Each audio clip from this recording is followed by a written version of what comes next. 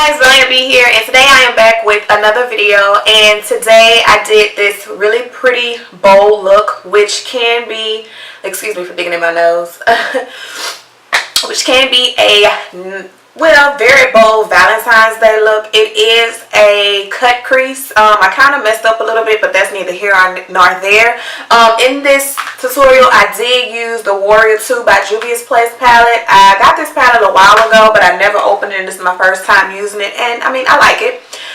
So yeah, guys, without further ado, let's go ahead and jump right into my video. But before we do that, if you are not subscribed to my channel, please go ahead and hit the subscribe button and make sure to turn on that notification bell so that you do not miss an upload every single time I do upload. If you are not following me on social media, please go ahead and follow me on Instagram and Facebook at Dalana B on Facebook and Dalana B_ on Instagram. It will be down in the description box below. Yeah, I'm rocking my natural hair for you guys in this video. I'm actually about to go and wash it. If you guys would like to see how I tame this mane of mine and what do I do with my natural hair, go ahead and give me some thumbs up or leave some suggestions down in the box, in the description box, of what you guys would like to see. So again, I'm rambling. Let's just go ahead and jump right into the video.